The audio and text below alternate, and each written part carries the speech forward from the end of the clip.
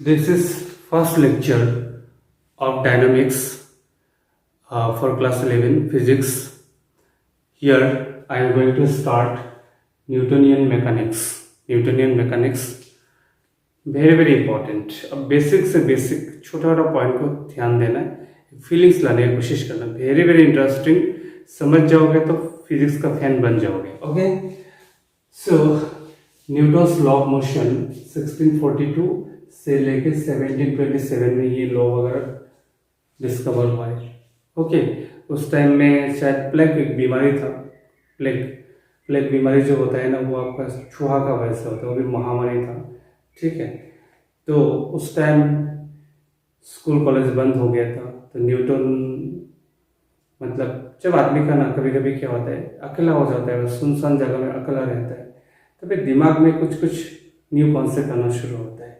ठीक है, इसलिए स्टूडेंट लाइफ में भी ज़्यादा इन्वॉल्वमेंट नहीं होके ना, ठीक है, अपना काम से अपना पढ़ाई से अगर ज़्यादा अटैचमेंट होता है तो उनका दिमाग ज़्यादा चलता है, ज़्यादा उस कॉन्सेप्ट का रिगार्डिंग. ओके, सो ये भी तुम्हारा उस टाइम में डेवलप हुआ था. और हम लोग यहाँ पे मेनली पढ़ेंगे डायनामिक्स मतलब कॉज ऑफ मोशन को पढ़ेंगे. सो काइनेमेटिक्स में क्या लिख पढ़ा था, बॉडी मोशन में है होने का बाद किसका वैसे हुआ है उसको नहीं पता है हम लोग. जैसे बॉडी इनिशियल वेलोसिटी कभी रेस्ट में था, कभी मोशन में है. रेस्ट व मोशन हम लोग दोनों पर है, लेकिन उसका पीछे कौन है, उसका रीजन क्या है, हम लोग कॉज को नहीं पढ़ा है. कॉज को हम लोग कहाँ पढ़ते हैं, डायनामिक्स में पढ़ते हैं. ओके, सो देखो एक बॉडी है, एक बॉडी का इनिशियल वेलोसिटी u, थोड़ा देर बाद उसका फाइनल वेलोसिटी हो गई v. तो बॉडी का स्टेट चेंज हुआ है, एक वेलोसिटी में था और एक वेलोसिटी में आ गया. स्टेट चेंज को हम लोग पढ़ना है कॉज ऑफ मोशन. इस स्टेट चेंज हुआ है, मोशन का जो रीजन है, मोशन चेंज हुआ है, तो कॉज क्या है, फोर्स. ठीक है, तो कॉज ऑफ मोशन कोई भी बॉडी का जो पोजीशन चेंज होता है, स्टेट चेंज होता है, उसको हम लोग मेनली क्या बोलते हैं, मतलब किस वजह से स्टेट चेंज होता है, उसका रीजन क्या है, उसका कॉज क्या है, दैट इज फोर्स. ये बात को सबसे पहले कौन बताया था, न्यूटन ने बताया था. अभी देखो, न्यूटन बताया था कि कोई भी बॉडी अपना पोजीशन को चेंज करना नहीं चाहता है जब तक उसके ऊपर फोर्स ना लगे. देखो यहाँ पे पोजीशन का बात किया, एक रेस्ट बॉडी है, एक रेस्ट बॉडी को मोशन में लाना है आपको, तभी आपको फोर्स देना पड़ेगा. एक मोशन बॉडी है, उसको रेस्ट में लाना है, तभी ऑपोजिट डायरेक्शन में फोर्स लगाना होगा. एक स्लो बॉडी है, उसको फास्ट करना है, तभी सेम डायरेक्शन में फोर्स लगाना है. एक फास्ट बॉडी है, उसको स्लो करना है, तो ऑपोजिट डायरेक्शन में क्या लगाना है, फोर्स लगाना है. वह आप एक बॉडी का परपेंडिकुलर डायरेक्शन में फोर्स लगाओ तो बॉडी का डायरेक्शन क्या होगा, चेंज होगा. तो बॉडी का डायरेक्शन चेंज होना, बॉडी का स्पीड बढ़ना व घटना व रेस्ट में आना व मोशन में आना, सबका पीछे कौन है, फोर्स से. सिर्फ यहाँ पे फोर्स का वैल्यू एंड डायरेक्शन के ऊपर डिपेंड होता है. तो न्यूटन ने बताया था विदाउट फोर्स कोई भी पोजीशन, किसी भी ऑब्जेक्ट का पोजीशन चेंज नहीं होता है. इसलिए मैं बार बोलता हूँ स्टूडेंट, बचपन से हैबिट से ही होना है. मतलब आप हैबिट से ही, मतलब हैबिट भी आपका एफर्ट का ऊपर डिपेंड करता है. तो जिस हैबिट में हम रह चुके हैं ना, उसी हैबिट में आदमी रहना चाहता है, उसका माइंड उसी हैबिट में रहना चाहता है जब तक उसमें वो अपना माइंड को ठीक करने की कोशिश नहीं करते, एफर्ट नहीं लगाते. ठीक है, इसीलिए क्या होता है, अगर स्टूडेंट एक 6, 7, 8, 9, 10 से आलसी है, पढ़ाई में मन नहीं है उनको, सडनली पढ़ाई में आना इट्स वेरी डिफिकल्ट होता है. मैं नहीं बोल रहा, ये न्यूटन बोल रहे हैं, साइंस बोल रहे हैं. इसलिए हमेशा ट्राई करो अच्छा हैबिट लाने के लिए. वो हैबिट आपको परमानेंट होना है. परमानेंट तभी होगा जब उसी हैबिट में काफी टाइम आप रहोगे. Okay, so Newton first law is also known as law of inertia.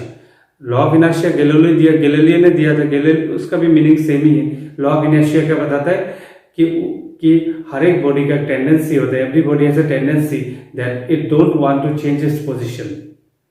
अपना पोजीशन को चेंज करना नहीं चाहता, इसलिए खराब आदत अगर लग जाएगा ना, उसको चेंज करना बहुत डिफिकल्ट होता है. कि उसी हैबिट में रहना चाहता है आदमी, उसका माइंड उसी हैबिट में रहने की कोशिश करता है, क्योंकि वो काफी टाइम से उस पोजीशन में रह चुका है, अगर हैबिट उस हिसाब से हो गया है तो. ओके, सो ये जो यहाँ पे हम लोग फोर्स सबसे ज्यादा इंपॉर्टेंट होगा. ठीक है, तो फोर्स का ऐसा यूनिट है, स्टैंडर्ड यूनिट है, that is Newton.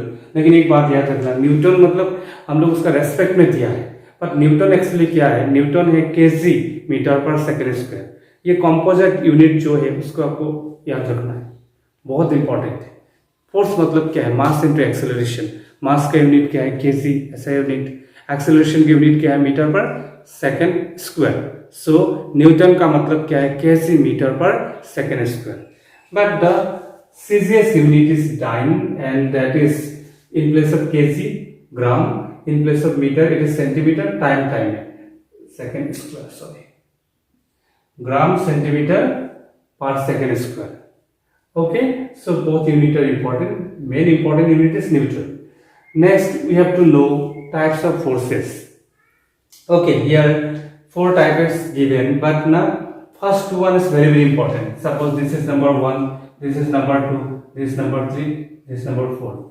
This 3 and 4 we generally discuss in, 3 is generally discussed in chemistry, 4 is discussed in nuclear physics. You will get details about nuclear physics in class 12. So here we will discuss mainly two. One is contact force. Contact means one is non-contact force. Non-contact means the physical contact is not needed. Physical contact is not needed. For example, gravitational force. एक body को अगर हम ऊपर throw किया, वापस आ जाता है, physical contact तो नहीं है। एक हेलीकॉप्टर ऊपर खराब हो गया, नीचे गिर जाता है, अर्थ का सरफेस में कांटेक्ट में नहीं है, ठीक है। तो generally gravitational force is non contact force. इसका फॉर्मूला ये होता है, देखो, F is equal to capital G, class 9 में पढ़ा था, capital M small m by r square. यहाँ पे r हो गया डिस्टेंस बिटवीन टू बॉडी, दो बॉडी के बीच में ग्रेविटेशनल फोर्स होता है। जरूरी नहीं दोनों बॉडी टच होना है, फिजिकल कांटेक्ट में रहना, दूर से भी फोर्स होता है। हाँ, ज्यादा दूर होगा तो फोर्स कम होगा, वो अलग बात है, बट फोर्स होता है। This is a non-contact force. Gravitational force is non-contact force. We will discuss in gravitational chapter details. And second one is electrostatic force.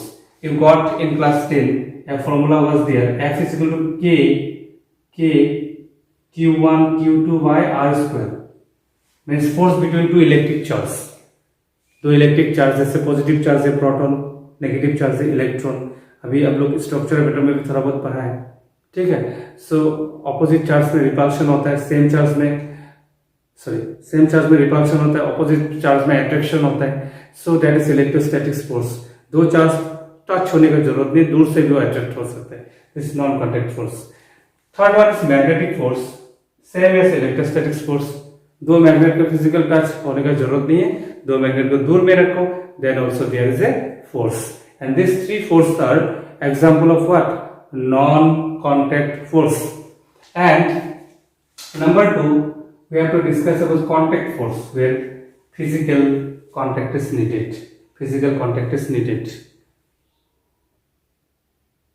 Here na, in this syllabus, mainly these three contact forces are very, very important for you. Tension force, normal reaction force and spring force, very, very important. Let me explain briefly. First of all, tension force. Tension force. Okay. Suppose now a body is hanged with the help of a string. This is string. Okay, string रस्सी से बंधा हुआ एक body. A body mass m. Okay, a body having mass m is hung with the help of string. अभी 2 point है, यहाँ पे बंधा हुआ है और एक यहाँ पे बंधा हुआ है। ओके, सो एक बात याद रखना, इस पॉइंट जहाँ पे जॉइनिंग पॉइंट है उसका अवे में, बाहर में ऐसा लाइन देना, ये डायरेक्शन में आपको क्या होगा, एक टेंशन फोर्स होगा T। Air from the tension का डायरेक्शन हमेशा एयर फ्रॉम द पॉइंट होता है, जिस पॉइंट में जॉइनिंग है उसका बाहर में होता है। सो ये अगर जॉइनिंग पॉइंट है, एयर फ्रॉम द पॉइंट, वहां पे टेंशन लिया जाता है। Okay, tension air from the point, हमेशा टेंशन का डायरेक्शन हमेशा पॉइंट का बाहर की तरफ होता है। तो देखो यहाँ पे एक बात इंपॉर्टेंट है कि ये पॉइंट और ये पॉइंट जॉइनिंग का जो स्ट्रिंग है वो सेम है, तो सेम स्ट्रिंग होगा तो टेंशन भी सेम होगा, यानी यहाँ का टेंशन और यहाँ का टेंशन सेम है। Very very important, numerical question solve करते वक्त ना ये पॉइंट आपको जरूरत होगा। तो ये जो फोर्स है, this is one kind of tension force, जो व्हिच इज कनेक्ट होना पड़ेगा, ठीक है, ये कनेक्ट ना पड़े। बॉडी अगर कनेक्ट नहीं किया, बॉडी तो गिर जाएगा, तो रस्सी में वो टेंशन फोर्स जनरेट नहीं होगा। Tension force is a contact force. किसी बॉडी को हैंग करना पड़ेगा तभी जाके उस रस्सी में क्या होगा, एक टेंशन फोर्स आपका जनरेट होगा। लेकिन यहाँ पे ना मान लो बॉडी का मास एम है, तो यहाँ पे जो मास, यहाँ पे जो फोर्स होगा that force is F is equal to mg, याद रखना। And this force is due to gravity, mass into acceleration. अभी देखो, अगर ये बॉडी रेस्ट में है, बाय इक्विलिब्रियम में है, ये बॉडी का रेस्ट बाय इक्विलिब्रियम में है, देन इस बॉडी का ऊपर नेट फोर्स कितना है, 0। इसका मतलब tension force T is equal to क्या होना पड़ेगा, mg। अभी समझ में आया ना ये टेंशन ऊपर का डायरेक्शन क्यों हुआ, क्योंकि ये एक फोर्स है, ये भी एक फोर्स है, तो दोनों फोर्स इक्वल है और दोनों फोर्स का डायरेक्शन अपोजिट है, तब इस बॉडी का रेस्ट नेट फोर्स कितना होगा, 0। तो ये बॉडी यहाँ पे रुक जाएगा। गेट अ पॉइंट, ये सब आपको फील होना है, ठीक है। इसका ऊपर नेट फोर्स 0 है, इसका मतलब है इसका ऊपर कोई फोर्स नहीं है, तो अकॉर्डिंग टू न्यूटन लॉ इस बॉडी का पोजीशन चेंज नहीं होगा। Okay, tension is a contact force. Tension, हर एक पॉइंट में टेंशन फोर्स जनरेट होता है, उस फोर्स का डायरेक्शन हमेशा अवे फ्रॉम द पॉइंट लेना है। ओके, एंड सेम स्ट्रीम होगा तो सेम टेंशन होगा। एक एक पॉइंट क्लियर करो, एक एक पॉइंट नोट करो। Next, normal reaction force. हाँ, एक बात है, जैसे मान लो कि आपका ना एक न्यूमेरिकल, छोटा सा न्यूमेरिकल करते हैं। टेंशन फोर्स का तो हम लोग न्यूमेरिकल बहुत सारा करेंगे with the help of Newton first law and second law. तब भी ना एक छोटा सा न्यूमेरिकल करो। जैसे मान लो कि एक बॉडी है जिसका मास है 3 kg। सो इस तार में, इस स्ट्रिंग में कितना टेंशन फोर्स होगा, ठीक है। टेंशन फोर्स कितना होगा, यहाँ पे T होने से T होगा, तो T इज इक्वल टू यहाँ पे क्या होगा, 30 न्यूटन। मास 3 kg है, एक्सेलरेशन 10 मान लो, तो क्या होगा 30 न्यूटन। तो यहाँ पे 30 न्यूटन होगा, तो यहाँ पे भी 30 न्यूटन होगा, ठीक है। से मान लो कि एक बॉडी का, एक तार का ब्रेकिंग स्ट्रेंथ है 100 न्यूटन, मतलब 100 न्यूटन से ज्यादा होने से स्ट्रिंग ब्रेक हो जाएगा। तो उस रस्सी से मैक्सिमम कितना मास हम लोग, कितना केजी मास हम लोग टांग सकते हैं, हंग कर सकते हैं। तो 100, इसका 100 न्यूटन सस्टेन कर सकते हैं। 100 से ज्यादा होने से टूट जाएगा, तो मैक्सिमम हम लोग कितना केजी कर सकते हैं, 10 kg, 10 किलो मास को हम लोग उस रस्सी से हैंग कर सकते हैं। इस टाइप का भी क्वेश्चन मिलेगा। तो next is normal reaction force.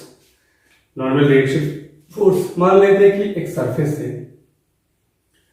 है, अभी एक बॉडी यहाँ पे है, एक बॉडी है, बॉडी का मास है m।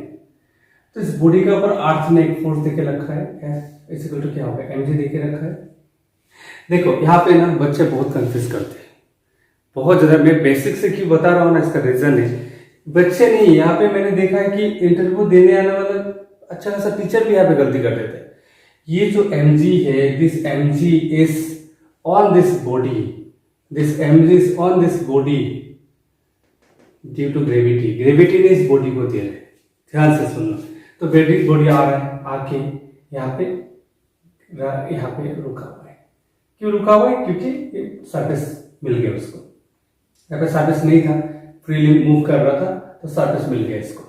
तो सरफेस मिल गया है, तो इसका मतलब है इस बॉडी ने इस सरफेस को एक फोर्स देगा, है ना, फोर्स देगा। मान लेते हैं कि रुका हुआ है, तो mg दिया है, mg जरूरी नहीं हमेशा mg तो अर्थ देगा, अर्थ ने उसको दे रहे। लेकिन इसके ऊपर और एक एक्स्ट्रा बाहर से अगर फोर्स दे देंगे तो mg के साथ और एक फोर्स ऐड हो जाएगा, ठीक है। तो अभी मान लेते हैं रुका हुआ है, तो mg दिया है, तो इस फोर्स को हम लोग बोलेंगे एक्शन फोर्स। इस बॉडी ने ग्रेविटी का वजह से सरफेस को कितना दिया, mg। फिर इस सरफेस ने भी इस बॉडी को ऊपर की तरफ फोर्स देगा, जिसको हम लोग बोलते हैं नॉर्मल रिएक्शन फोर्स। लेकिन रेस्ट बॉडी होगा तो ना, अगर बॉडी रुका हुआ है, रेस्ट है, तो normal force is equal to क्या होगा, mg। लेकिन ये हमेशा नहीं होते, ये हमेशा नहीं होते, याद रखना। ये नॉर्मल रिएक्शन फोर्स ही वेट होता है, this is called actually weight, just weight. Normal reaction force कब होगा, जब बॉडी को कोई सरफेस मिलेगा, कांटेक्ट में आना पड़ेगा, क्योंकि normal reaction force is a contact force. Normal reaction force is a contact force, very very important. तो फ्री फॉलिंग बॉडी एक है, ऊपर से आ रहा है, तो जब तक उसको सरफेस नहीं मिलेगा तो कांटेक्ट फोर्स जनरेट नहीं होगा, मतलब नॉर्मल रिएक्शन फोर्स जनरेट नहीं होगा, तो उस बॉडी का वेट भी क्या होगा, जीरो होगा। लेकिन mg अभी भी है, mg से यहाँ पे लेना देना नहीं है हम लोग का, ठीक है। नॉर्मल रिएक्शन फोर्स कब होगा, किसी सरफेस में बॉडी आगे टकराएगा तब। अभी नॉर्मल रिएक्शन फोर्स ग्रेविटी से ज़्यादा भी हो सकता है, डिपेंड होगा। अगर एक बॉल को मैंने ऊपर से ऐसे छोड़ दिया, जाके वहाँ पे टकराया, मान लो mg से टकराया, तो नॉर्मल रिएक्शन भी मान लो mg है। लेकिन बॉल को मैं बाहर से ऐसे जोर से मार दिया, ग्रेविटी के साथ साथ मैंने भी एक फोर्स दे दिया अभी, लेकिन नॉर्मल कॉन्टैक्ट फोर्स ज़्यादा होगा, नॉर्मल रिएक्शन फोर्स ज़्यादा होगा। अभी बॉडी का वेट उस टाइम में टकराते वक्त बॉडी का वेट क्या होगा, ज़्यादा होगा। ऊपर से बॉल आपका माथा में गिरा है, आराम से छोड़ रहा है, धीरे से लगा, और बॉल को जोर से फेंक दिया तो हम लोग को लगेगा बॉल का वेट बहुत ज़्यादा है, क्योंकि ग्रेविटी के साथ उस बॉल में और एक एक्स्ट्रा फोर्स ऐड कर दिया। तो यहाँ पे आपको कंफ्यूजन नहीं हो रहा है, धीरे धीरे मैं और कॉन्सेप्चुअल पार्ट में आऊँगा, थोड़ा थोड़ा मैं बता रहा हूँ। And third number contact force है वो स्प्रिंग फोर्स। स्प्रिंग, जैसे मान लो कि एक बॉडी का साथ ऐसे स्प्रिंग एक मान दिया, दो बॉडी का साथ थोड़ा खींच के, तो ऑब्वियसली बात है यहाँ पे जॉइनिंग है, यहाँ पे जॉइनिंग है। अभी स्प्रिंग जब एक्सपांड हुआ है तो खींचेगा ना, तो यहाँ पे टेंशन फोर्स होगा। लेकिन यहाँ पे भी ना, same spring same tension, same as spring, same as spring. तो इसका भी डिटेल्स हम लोग को पढ़ना है, बहुत सारा न्यूमेरिकल करना है, ठीक है। लेकिन एक बात याद रखना, ये तीनों फोर्स क्या है आपका, कॉन्टैक्ट फोर्स है। कॉन्टैक्ट होना बहुत जरूरी है। Normal reaction force, tension force and spring force, this three are what contact force where physical contact is needed. तो हम लोग नेक्स्ट वीडियो में मेनली न्यूटन फर्स्ट लॉ का न्यूमेरिकल करेंगे, फर्स्ट लॉ का न्यूमेरिकल करेंगे। ये जो थोड़ा देर पहले एक न्यूमेरिकल कराया था वो एक्चुअली न्यूटन फर्स्ट लॉ का था, बहुत इजी क्वेश्चन है। लेकिन हम लोग कॉम्प्लिकेटेड से कॉम्प्लिकेटेड क्वेश्चन करेंगे, तो जाके आपको कॉन्सेप्ट, हम लोग जो इंजीनियरिंग मैकेनिक्स में जो चीज़ पढ़ा था आपको यहाँ पे वो चीज़ पढ़ाएंगे, तब जगह IIT वगैरह में क्वेश्चन आने से आपको दिक्कतें नहीं होगा। टफ नहीं है, बट मेनली क्या होता है, आपका टाइम का ऊपर है, आप कितना टाइम आप दे रहे हो, that is the main thing. Okay fine.